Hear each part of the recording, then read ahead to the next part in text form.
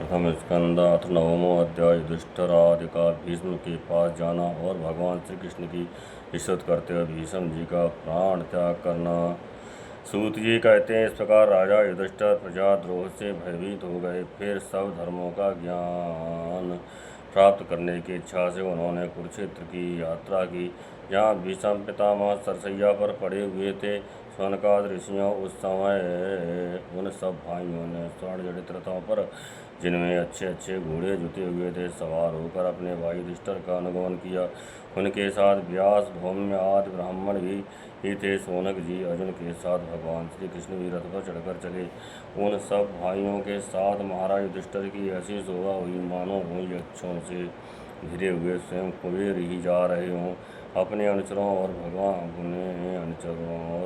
श्री कृष्ण के साथ वहाँ जाकर पांडवों ने देखा कि भीष्म पितामह स्वर्ग से गिरे हुए देवताओं के समान पृथ्वी पर पड़े हुए हैं। उन लोगों ने स्वर्ग से गिरे हुए देवताओं के समान पृथ्वी पर पड़े हुए हैं। उन लोगों ने उन्हें प्रणाम किया। सोनक जी उसी समय भरतवंशियों के गौरव रूप भीष्म पितामह को देखने के लिए सभी ब्रह्म ऋषि, देव ऋषि और राज ऋषि वहाँ आए। पर्वत, नारद, धौम्य, भगवान व्यास, भरद्वाज शिष्यों के साथ परशुराम जी, वशिष्ठ, इंद्रप्रमद, मित्रतृत, घृतसद, असित, कच्छिवान, गौतम, अत्रि, विश्वामित्र, सुदर्शन तथा और भी सुखदेव आदि शुद्ध हृदय महात्मागण एवं शिष्यों के सहित कश्यप, अंगिरा, पुत्र बृहस्पति आदि मुनिगण भी वहाँ पधारे। भीष्म पितामह धर्म को और देश काल के भाग को कहाँ किस समय क्या करना चाहिए इस बात को जानते थे। उन्होंने उन बड़ा भागी ऋषियों को सम्मिलित किए हुआ देखकर उनका यथोयोग्य सत्कार किया। वे भगवान श्री कृष्ण का प्रभाव भी जानते थे, तथा उन्होंने अपनी लीला से मनुष्य का भेद धारण करके वहाँ बैठे हुए तथा जगदीश के रूप में हृदय में विराजमान श्री भगवान भगवान श्री कृष्ण की पार तथा भीतर दोनों जगह पूजा की। पांडव बड़े विनय और प्रेम के साथ भीष्म पितामह के पास बैठ गए। उन्हें देखकर भीष्म पितामह की आंखें प्रेम की आंसुओं से भर गईं। उन्होंने उनसे कहा, धर्मपुत्रों, हाय हाय, ये बड़े कष्ट और अन्याय की बात है कि तुम लोगों को ब्राह्मण धर्म और भगवान के आश्रित रहने पर भी इतने कष्ट के साथ जीना पड़ा, जिसके तुम कदापि योग्य नहीं थे। अतिरथी पांडु की मृत्यु के समय तुम्हारी अवस्था बहुत छोटी थी। उन दिनों तुम लोगों के लिए कुंती रानी को और साथ साथ तुम्हें भी बार बार बहुत से कष्ट झेलने पड़े। जिस प्रकार बादल वायु के वश में रहते हैं, वैसे ही लोकपालों के सहित सारा संसार काल भगवान के अधीन है। मैं समझता हूँ कि तुम लोगों के जीवन में ये जो अप्रिय घटनाएं घटित हुई हैं, वे सब उन्हीं की लीला है। ये लीला है, नहीं तो जहाँ साक्षात धर्मपुत्र राजा युधिष्ठिर हो, गदाधारी भीमसेन और धनुधारी अर्जुन रक्षा का काम कर रहे हों, गांडीव धनुष हो और स्वयं श्री कृष्ण सहृदय हो, भला वहाँ भी विपत्ति की संभावना है। ये काल रूप श्री कृष्ण कब क्या करना चाहते हैं, इस बात को कभी कोई नहीं जानता। बड़े बड़े ज्ञानी भी इसे जानने की इच्छा करके मोहित हो जाते हैं। युधिष्ठिर, संसार की ये सब घटनाएं ईश्वर इच्छा के अधीन है। उसी का अनुसरण करके तुम इस अनाथ प्रजा का पालन करो, क्योंकि अब तुम ही इसके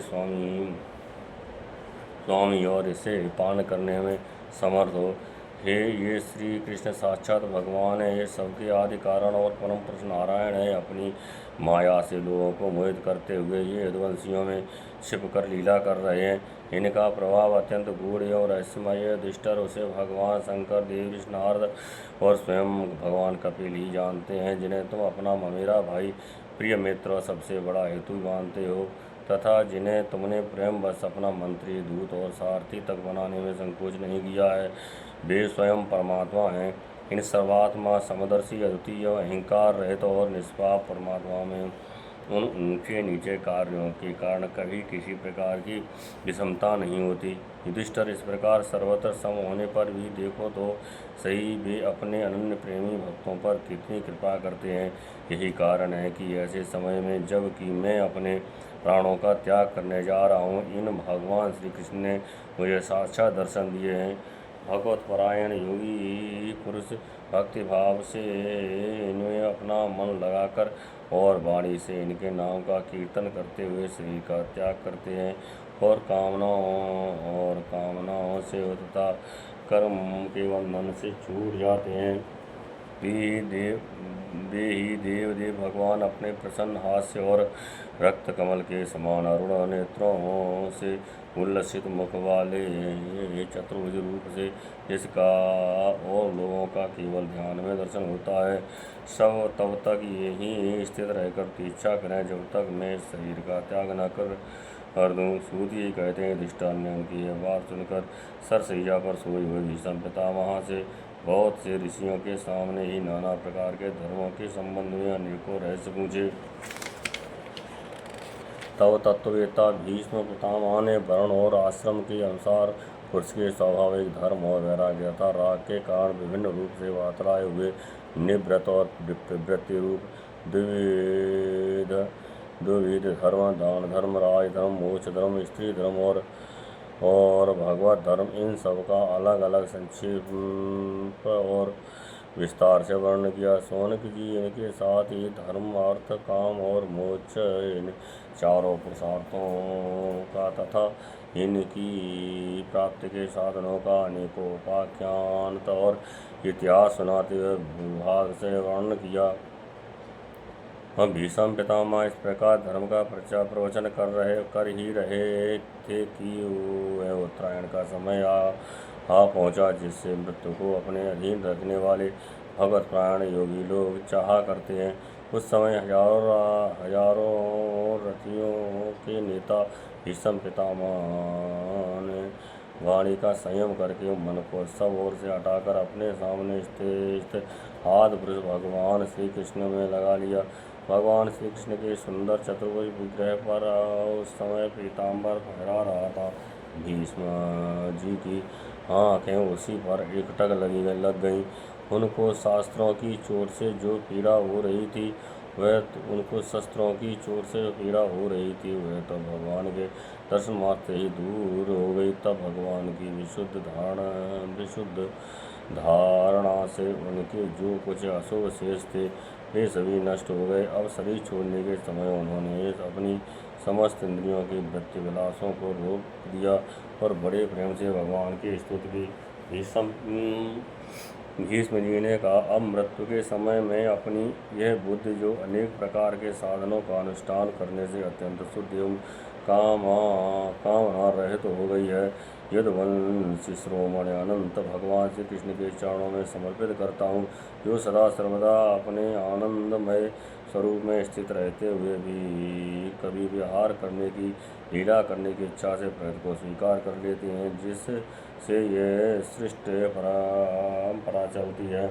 जिनका शरीर त्रिभुवन सुंदर एवं श्याम तमाल के समान सांवला है, जिस पर सूर्य रश्मि के समान श्रेष्ठ पीताम्बर लहराता रहता है और कमल सदृश मुख पर घुंघराली अलकें लटकती रहती हैं, उन अर्जुन सखा श्री कृष्ण में मेरी निष्कपट प्रीति हो।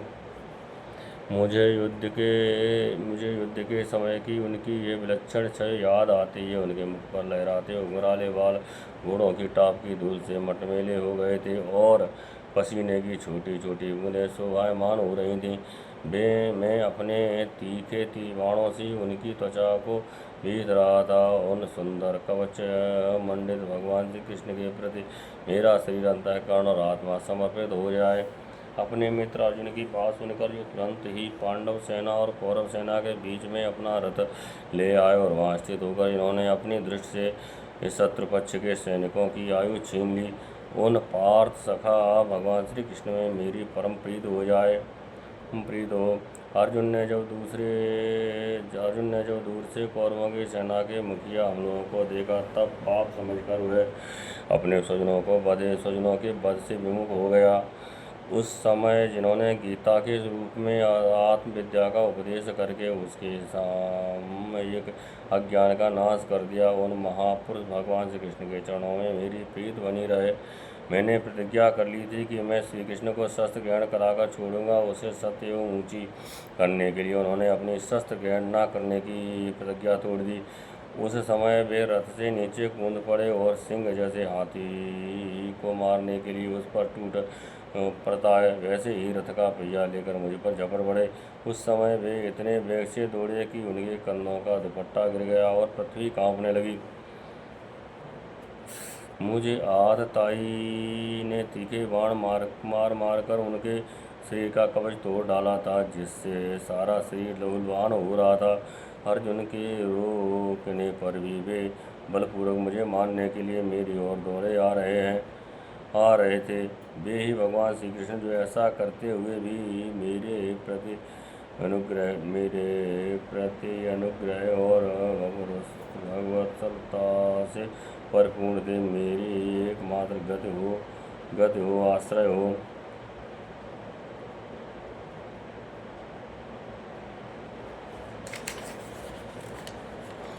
अर्जुन के रथ की रक्षा में सावधान जिन श्री कृष्ण के बाएं हाथ में घोड़ों की रास थी और दाहिने हाथ में चाबुक, इन दोनों की शोभा से उस समय जिनका अपूर्व छवि बन गई थी, तथा महाभारत युद्ध में मरने वाले वीर जिनकी इस छवि का दर्शन करते रहने के कारण सारूप्य वो चुक प्राप्त हो गए, उन्हीं पार्थसारथी भगवान श्री कृष्ण में मुझ मरणासन्न की परम प्रीति हो। इनकी लटकीली सुंदर चाल, हाव भाव युक्त चेष्टाएं, मधुर मुस्कान और प्रेम भरी चितवन से अत्यंत सम्मानित गोपियाँ रासलीला में उनके अंतर्धान हो जाने पर प्रेमोन्माद से मतवाली होकर जिनकी लीलाओं का अनुकरण करके तन्मय हो गई थी, उन्हीं भगवान श्री कृष्ण में मेरा परम प्रेम हो। जिस समय युधिष्ठिर का राजसूय यज्ञ हो रहा था, मुनियों और बड़े बड़े राजाओं से भरी हुई सभा में सबसे पहले सबकी ओर से इन्हीं सबके दर्शन भगवान श्री कृष्ण की मेरी आंखों के सामने पूजा हुई थी। वे ही सबके आत्मा प्रभु आज इस मृत्यु के समय मेरे सामने खड़े हैं। जैसे एक ही सूर्य अनेक आँखों से उनके रूप में दिखते हैं, वैसे ही अजन्मा भगवान श्री कृष्ण अपने ही द्वारा रचित अनेक शरीरधारियों के हृदय में अनेक रूप से जान पड़ते हैं। वास्तव में तो वे एक और सबके हृदय में विराजमान हैं ही। उन्हीं इन भगवान श्री कृष्ण को मैं भेद भ्रम से रहित होकर प्राप्त हो गया हूँ। सूर्य जी कहते हैं, इस प्रकार विषम पितामह ने मन वाणी और दृष्टि की वृत्तियों से आत्मस्वरूप भगवान श्री कृष्ण में अपने आप को लीन कर दिया। उनके प्राण वहीं विलीन हो गए और वे शांत हो गए। उन्हें अनंत ब्रह्म में लीन जानकर सब लोग वैसे ही चुप हो गए जैसे दिन के बीत जाने पर पक्षियों का कलरव शांत हो जाता है।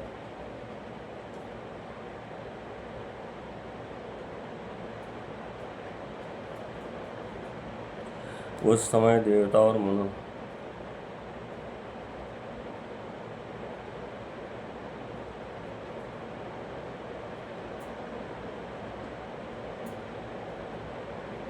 सब लोग ऐसे चुप हो गए। उस समय देवता और मनुष्य नगारे बजाने लगे, साधु स्वभाव के राजा उनकी प्रशंसा करने लगे और आकाश से पुष्पों की वर्षा होने लगी।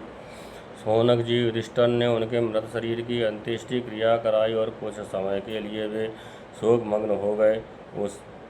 उस समय मुनियों ने बड़े आनंद से भगवान श्री कृष्ण की उनके रहस्यमय नाम लेकर स्तुति की।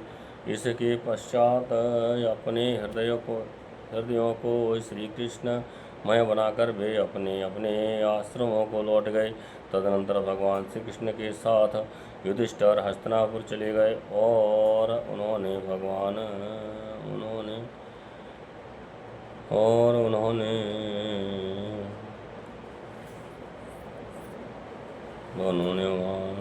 तदनंतर भगवान श्री कृष्ण के साथ युधिष्ठिर हस्तिनापुर चले गए और उन्होंने वहाँ अपने चाचा धृतराष्ट्र और तपस्विनी गांधारी को ढाढ़स बधाया। फिर धृतराष्ट्र की आज्ञा और भगवान श्री कृष्ण की अनुमति से धर्म समर्थ राजा युधिष्ठिर अपने वंश परंपरागत साम्राज्य का धर्मपूर्वक शासन करने लगे। श्रीमद्भागवते महापुराणे परमहंसायां संहितायां प्रथम स्कंदे युधिष्ठिराज्य प्रलोभो नाम नवमोऽध्यायः। अथ दसमोऽध्यायः। श्री कृष्ण का द्वारकागमन। शौनक जी ने पूछा, धार्मिक शिरोमणि महाराज युधिष्ठिर ने अपने पैतृक संपदा को हड़प जाने के इच्छुक आतंकियों का नाश करके अपने भाइयों के साथ किस प्रकार राज्य शासन किया और कौन कौन से काम किए, क्योंकि भोगों में तो उनकी प्रवृत्ति थी ही नहीं। सूत जी कहते हैं, संपूर्ण सृष्टि को उज्जीवित करने वाले भगवान श्री हरि परस्पर की कलहाग्नि से दग्ध कुरुवंश को पुनः अंकुरित कर और युधिष्ठिर को उनके राज सिंहासन बैठाकर बहुत प्रसन्न हुए। भीष्म पितामह भगवान श्री कृष्ण के उपदेशों के श्रवण से उनके अंतःकरण में विज्ञान का उदय हुआ और भ्रांत मिट गई। भगवान के आश्रय में रहकर वे समुद्र पर्यंत सारी पृथ्वी का इंद्र के समान शासन करने लगे। भीमसेन आदि उनके भाई पूर्ण रूप से उनकी आज्ञाओं का पालन करते थे। युधिष्ठिर के राज्य में आवश्यकता अनुसार यथेष्ट वर्षा होती थी। पृथ्वी में समस्त अभीष्ट वस्तुएं पैदा होती थी। बड़े बड़े धनों वाली बहुत सी गौएं प्रसन्न रहकर गौशालाओं को दूध से सींचती रहती थी। नदियाँ, समुद्र, पर्वत, वनस्पति, लताएं और औषधियाँ प्रत्येक ऋतु में यथेष्ट रूप से अपनी अपनी वस्तुएं राजा को देती थी। अजात शत्रु महाराज युधिष्ठिर के राज्य में किसी प्राणी को कभी भी आदि व्याधि अथवा दैविक, भौतिक और आत्मिक क्लेश नहीं होते थे। अपने बंधुओं का शोक मिटाने के लिए और अपनी बहन सुभद्रा की प्रसन्नता के लिए भगवान श्री कृष्ण कई महीनों तक हस्तिनापुर में ही रहे। फिर जब उन्होंने राजा युधिष्ठिर से द्वारका जाने की अनुमति मांगी, तब राजा ने उन्हें अपने हृदय से लगाकर स्वीकृति दे दी। भगवान उनका प्रणाम करके रथ पर सवार हो गए। कुछ लोगों समान उम्र वालों ने कहा उन्हें उनका आलिंगन किया और कुछ छोटे उम्र वालों ने प्रणाम। उस समय सुभद्रा, द्रौपदी, कुंती, उत्तरा, गांधारी, धृतराष्ट्र, युत्सु, कृपाचार्य, नकुल, सहदेव, भीमसेन, धौम्य और सत्यवती आज सब मूर्छित से हो गए। वे सारंगपाणि श्री कृष्ण का विरह नहीं सह सके। भगवत भक्त सत्पुरुषों के संग से जिसका दुस्संग छूट गया है, वह विचारशील पुरुष भगवान के मधुर मनोहर सुयश को एक बार भी सुन लेने पर फिर उसे छोड़ने की कल्पना भी नहीं करता। उन्हीं भगवान के दर्शन तथा स्पर्श से, उनके साथ आलाप करने से तथा साथ ही साथ सोने, उठने, बैठने और भोजन करने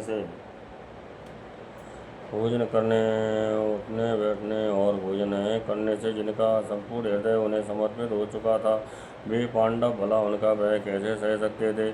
उनका चित्रवित हो रहा था। वे सब निर्निमेष नेत्रों से भगवान को देखते हुए स्नेह बंधन से बंधकर जहाँ तहाँ दौड़ रहे थे। भगवान श्री कृष्ण के घर से चलते समय उनके बंधुओं की स्त्रियों के नेत्र उत्कंठावश उमड़ते हुए आंसुओं से भर आए, परंतु इस भय से कि कहीं यात्रा के समय अशुभन न हो जाए, उन्होंने बड़ी कठिनता से उन्हें रोक लिया। भगवान के प्रस्थान के समय मृदंग, शंख, भेरी, बीड़ा, ढोल, नरसिंगे, धुंदरी, नगारे, घंटे और धुंदवियाँ आदि बाजे बजने लगे। भगवान के दर्शन की लालसा से कुरुवंश की स्त्रियां अटारियों पर चढ़ गईं और प्रेम, लज्जा एवं मुस्कान से युक्त चितवन से भगवान को देखती हुई उन पर पुष्पों की वर्षा करने लगीं। उस समय भगवान के प्रिय सखा घुंघराले बालों वाले अर्जुन अपने प्रियतम श्री कृष्ण का वह श्वेत छत्र, जिसमें मोतियों की झालर अटक रही थी और जिसका डंडा रत्नों का बना हुआ था, अपने हाथों में ले लिया। उद्धव और सात्विकी बड़े विचित्र चवन डुलाने लगे। मार्ग में भगवान श्री कृष्ण पर चारों ओर से पुष्पों की वर्षा हो रही थी। बड़ी ही मधुर झांकी थी। जहाँ तहाँ ब्राह्मणों के दिए हुए सत्य आशीर्वाद सुनाई पड़ रहे थे। वे सगुण भगवान के तो अनुरूप ही थे, क्योंकि उनमें सब कुछ है, परंतु निर्गुण के अनुरूप नहीं थे, क्योंकि उनमें कोई प्राकृत गुण नहीं है। हस्तिनापुर की कुलीन श्रमणियाँ, जिनका चित्त भगवान श्री कृष्ण में रम गया था, आपस में ऐसी बातें कर रही थीं जो सबके कान और मन को आकृष्ट कर रही थी। वे आपस में कह रही थी, सखियों, ये वे ही सनातन परम पुरुष हैं जो प्रलय के समय भी अपने अद्वितीय निर्विशेष स्वरूप में स्थित रहते हैं। उस समय सृष्टि के मूल ये तीनों गुण भी नहीं रहते। जगदात्मा ईश्वर में जीव भी लीन हो जाते हैं और महत्वतादि समस्त शक्तियाँ अपने कारण अव्यक्त में सो जाती हैं।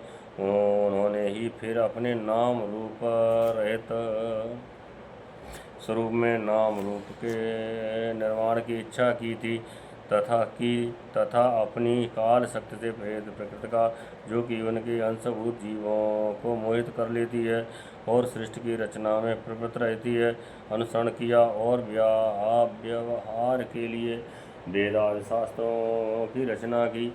इस जगत में जिसके स्वरूप का साक्षात्कार जितेंद्रिय योगी अपने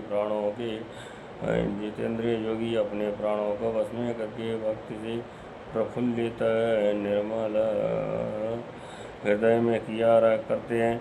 ये श्री कृष्ण वही साक्षात परब्रह्म है। वास्तव में इन्हीं की भक्ति से अंतःकरण की पूर्ण शुद्धि हो सकती है, योगवाद के द्वारा नहीं।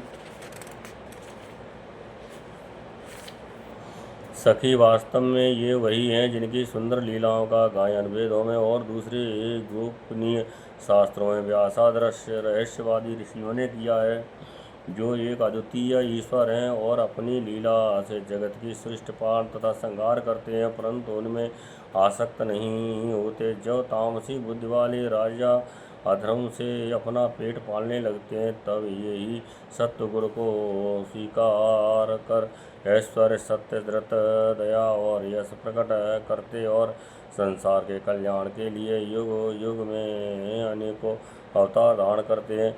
अहो, ये युद्धवंश परम प्रशंसनीय है, क्योंकि लक्ष्मीपति पुरुषोत्तम श्री कृष्ण जन्म ग्रहण करके इस वंश को सम्मानित किया है। ये पवित्र मधुवन ब्रजमंडल भी अत्यंत धन्य है, जिन्हें इन्होंने अपने शैशव एवं किशोरावस्था में घूम फिरकर सुशोभित किया है।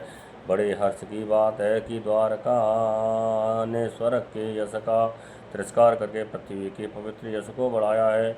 क्यों न हो वहाँ की प्रजा अपने स्वामी भगवान श्री कृष्ण को, जो बड़े प्रेम से मंद मंद मुस्कुराते हुए उन्हें कृपा दृश्य देखते हैं, निरंतर निहारती है।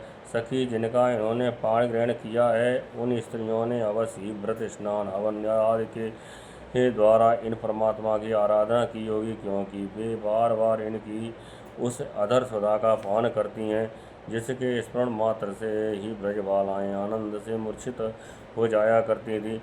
ये स्वयंवर में शिशुपाल आदि मतवाले राजाओं का मान वदन करके जिनको अपने बाहुबल से हर लाए थे, तथा जिनके पुत्र प्रद्युम्न, साम, आम आदि हैं, वे रुक्मिणी आदि 8 पटरानियाँ और भवासुर को मारकर लाई हुई जो उनकी हजारों अन्य पत्नियाँ हैं, वे वास्तव में धन्य हैं, क्योंकि इन सभी ने स्वतंत्रता और पवित्रता से रहित स्त्री जीवन को पवित्र और उज्ज्वल बना दिया है। इनकी महिमा का वर्णन कोई क्या करे। इनके स्वामी साक्षात कमल नयन भगवान श्री कृष्ण हैं, जो नाना प्रकार की प्रिय चेष्टाओं तथा पारिजातादि प्रिय वस्तुओं की भेंट से इनके हृदय में प्रेम एवं आनंद की अभिवृद्धि करते हुए कभी एक क्षण के लिए भी इन्हें छोड़कर दूसरी जगह नहीं जाते। हस्तिनापुर की स्त्रियां इस प्रकार बातचीत कर ही रही थी कि भगवान श्री कृष्ण मंद मुस्कान और प्रेमपूर्ण चितवन से उनका अभिनंदन करते हुए वहां से विदा हो गए। अजात शत्रु युधिष्ठिर ने भगवान श्री कृष्ण की रक्षा के लिए हाथी, घोड़े, रथ और पैदल सेना उनके साथ कर दी। उन्हें स्नेहवश यह शंका हो आई थी कि कहीं रास्ते में शत्रु इन पर आक्रमण न कर दें। सुदृढ़ प्रेम के कारण कुरुवंशी पांडव भगवान के साथ बहुत दूर तक चले गए। वे लोग उस समय भावी विरह से व्याकुल हो रहे थे। भगवान श्री कृष्ण ने उन्हें बहुत आग्रह करके विदा किया और सात्विकी उद्धव आदि प्रेमी मित्रों के साथ द्वारका की यात्रा की। शौनक जी वे कुरुजांगल पांचाल सूरसेन यमुना के तटवर्ती प्रदेश ब्रह्मवर्त कुरुक्षेत्र मत्स्य सारस्वत मारुधन्व देश को पार करके सोवीर और आभीर देश के पश्चिमानर्त देश में आए। उस समय अधिक चलने के कारण भगवान के रथ के घोड़े कुछ थक से गए थे। मार्ग में स्थान पर लोग उपहार आदि के द्वारा भगवान का सम्मान करते। सायंकाल होने पर वे रथ पर से भूमि पर उतर जाते आते और जलाशय पर जाकर संध्या वंदन करते। यह उनकी नित्य चर्या थी। इत श्रीमद्भागवते महापुराणे परमहंसायां संहितायां प्रथम स्कंदे नैमिषोपाख्याने श्रीकृष्णद्वारकागमनं नाम 10वां अध्याय। जय जय श्री राधे।